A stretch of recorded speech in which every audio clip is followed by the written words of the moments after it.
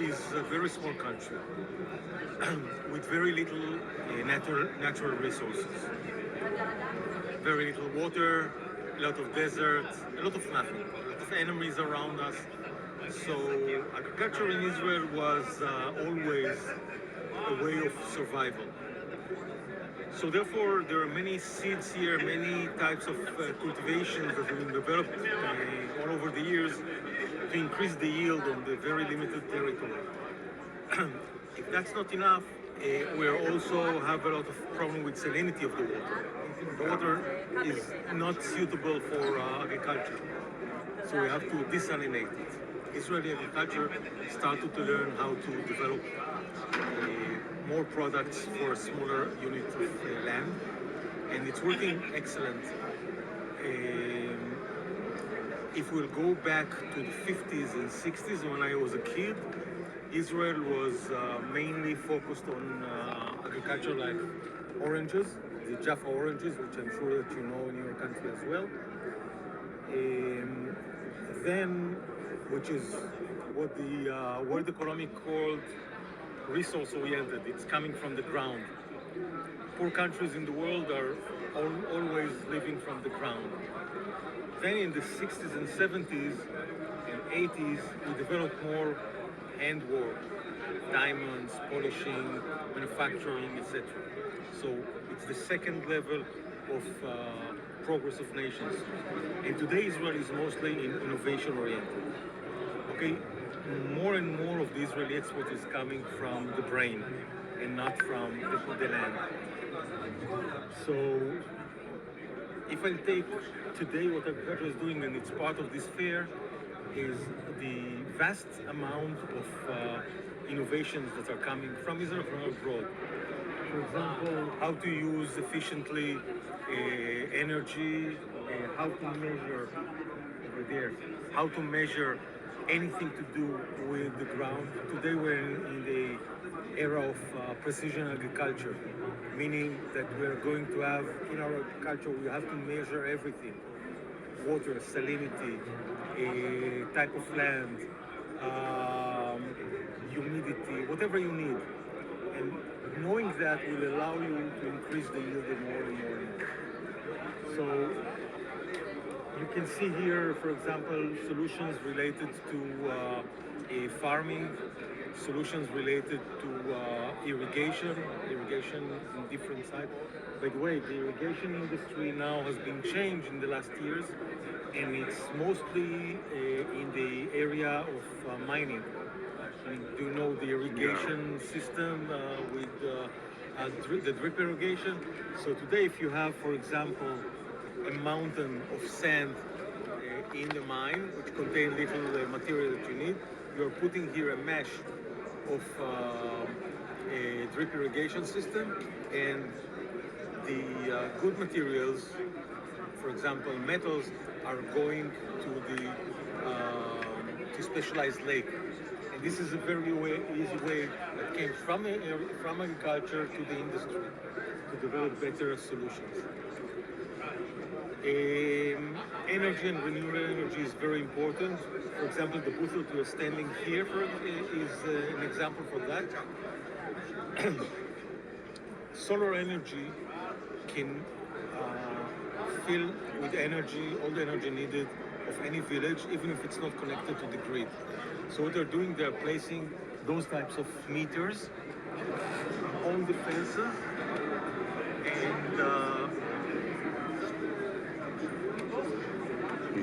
and instead of putting the solar panels on the roof, they're putting it on the fence itself. And 1 kilometer of fence is equivalent to something like half an acre in production of electricity. So you're not wasting your land, you're just increasing the use of it. So those types of solutions that are related to efficiency is part of what we're doing. And what about traditional, conventional agriculture? Date, clementina, tomato, carrots. It's a secret. I will tell you that. It's not very cost effective to produce in Israel. Price of water is very high. Price of labor is very high. Price of all the consumptions that you have is very high, and it's with high taxes. So it's much more cost effective to import it from Turkey, for example. But we're still growing tomatoes, orchards, clementines, oranges, whatever you want, because we think that it's important to have a grip on the land. Today, I think that less than 1% of the Israeli population is really working on agriculture. And this 1% is feeding the 100% of the people here, and we have plenty for export. The Israeli export in agriculture products are mostly high-end products with higher local value added. So it's not rare to see in Europe, for example, not only oranges from Israel, but also avocados, any type of berries, and stuff like that is going all over the world. That's the traditional ones. And what about kibbutz? Are growing, same, coming down? It's a trademark of Israel agriculture.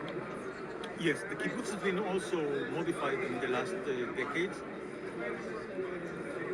They are less dedicated to agriculture and more into industry, even to tourism, because they understood that for the same piece of land, they can get more money by placing the factories and selling the products out. Many kibbutz also changed the way that they are looking at businesses, and they are getting involved in businesses that are not related to tourism. For example, Shamir, one of the kibbutzim in the north, is making a fortune out of lenses. The Orbia, for example, is of Netafim. Netafim is another kibbutz. It's coming from another kibbutz, but it's not kibbutz product anymore. Mm-hmm. It's an international company, and today with mergers and acquisition, you are losing the contact where is the kibbutz ends and where start the international company. Also, the social model of kibbutz has been changed. The kibbutzes can no longer support the community of the middle-aged people in the working age, because you have to leave part of your income to the kibbutz, part of the subsidy. And if I'm making X amount of money as an employee, I have to leave, let's say, 20% to the kibbutz itself, plus the other taxes I have to pay. It's not very good business for me. Kibbutz is excellent for kids, early education, and for elderly people. So looking at kibbutz as agriculture is less and less, even though there are some successful agriculture farms in many kibbutzim. What about milk and dairy production? It was very special sector in Israel as now. That's right. Again, part of the changes is the small dairy farms that we had all over the country in many kibbutzim had to consolidate. The main reason was environmental reasons. Meaning, if you have a small kibbutz with 300 cows, for example, mm-hmm. you cannot support the cost of the environmental regulations. So, let's say that 10 kibbutzim started to build their own farm together, and they have their, let's say, 10,000 cows, 15,000 cows. 15? 15,000. Oh, it's very big. It's big. Mega farm. Mega farm. It's for region, okay? So all the logistics of inbound materials, food, medical support, cleaning, etc., is coming from one channel. The same as with materials are going out. Okay, the milk, the derivatives, all the dirt that it's kind, and you have to treat it in the same location. So from that, the milk industry has been changed. Israel is regulated strongly, and we have to have strong controls on the quantity of milk that is being produced. Yeah. Okay, so today, this last month, for example, we have more consumption than production, so we're importing a small quantity of milk from abroad, usually from Europe, because of standards. But in most of the year, we have just enough to cover the needs. Regarding dairy products, it is interesting because we have 2 or 3 big players in the Israeli market that owns the big dairy factories, and they are dictating the prices to the market, and it's high. So in the last 3 years, Israel opened the market for some entrance of foreign products, and they're coming from, some of them even from East Europe. High quality products, much cheaper than what we're paying here.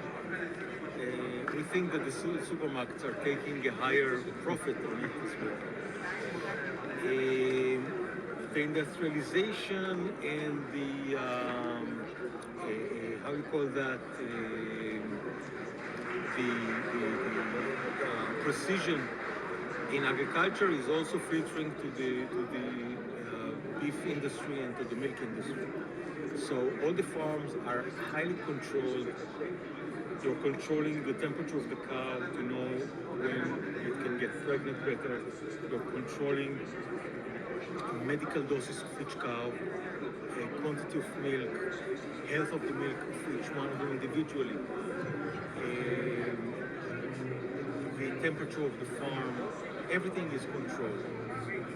So the market is going toward bigger farms that can support all those expenses. Mm-hmm. What about farming as style of life? Young people won't go and work in country or no? You have that problem that in Europe? Very strong. Very? Yeah. So young people do not want to continue to work in their farms. The only farms that are working well with the second and third generation are the ones that are making a lot of money. For example, I have friends that are in the flour industry, and it's a third generation farm, not far away from here. But the main income that they're getting out is from farms that they have abroad, in Colombia, in Suriname, in other countries. Most of the Israeli second generation farmers prefer not to stay in the same location. They prefer to go independently because the work in the farm is very hard.